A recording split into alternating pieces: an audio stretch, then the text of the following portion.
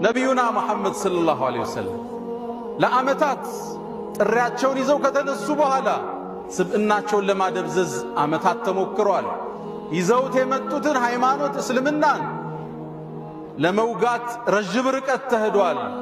አሁን ግን እስልምና ቁጥሩ እየጨመረ የዓለምን የአንደኝነት ደረጃ ለመያዝ እየተንደረደረ የሚገኝ ዓለም አቀፍ ዲን ነው።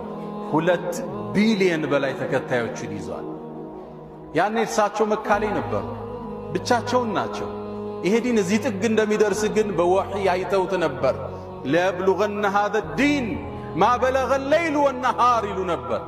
ሰሓቦችን ወኔያቸውን ሲቀሰቅሱ፣ ስሜታቸውን ሲያድሱ፣ አይዟችሁ ይሄ ይዤውት የተነሳው ጥሪ ሌሊትና ቀን ከደረሰበት የምድር ጫፍ ይደርሳል አሉ። ይሄው ዛሬ አፍሪካ ውስጥ፣ ኢትዮጵያ ውስጥ፣ አዲስ አበባ ውስጥ አንድ መንደር ላይ አንድ መስጂድ ውስጥ ይሄን ሁሉ ተከታይ አፍርተው አልፈዋል።